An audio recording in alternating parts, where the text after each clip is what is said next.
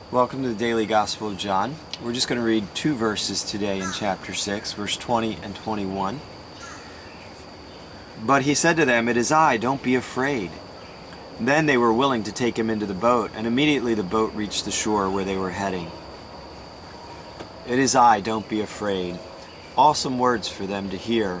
They were justifiably terrified, really physically exhausted, middle of the night, fighting a rough sea, out in the middle, and they see this figure walking towards them on the waves. And until they knew it was Jesus, yeah, I'd be terrified too, in addition to seasick. But the words, "Do not be afraid, it is I," calmed their hearts because they had come to know and love Jesus. They knew and loved him not only as their rabbi, but as one they could just share honestly and openly with, one who was real, one who laughed with them and walked with them and ate meals with them, and they could trust their life with him, and they admired him. Later even called them friends, my friends. I no longer call you servants, but friends. So knowing that kind of God, to hear, "It is I, do not be afraid." It's like a little toddler or 3, 4, 5-year-old. If they know mom is with, mom being a good and loving mom, or dad, everything's okay. That's all they need to know. Like, mom's here, I'm okay. Bottom line, I'm taken care of.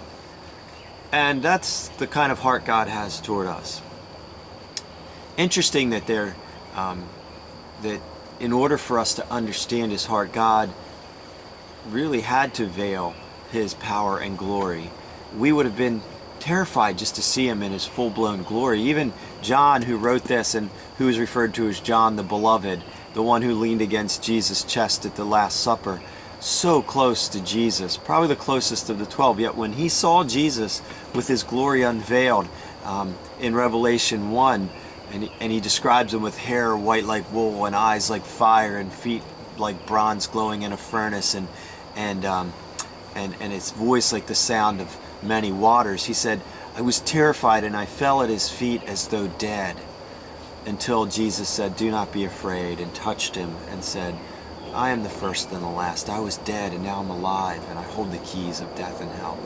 See, God chose to humble himself, to reveal his heart, so we could get to know him for who he is, and not just be all caught up in his powerful, mighty works.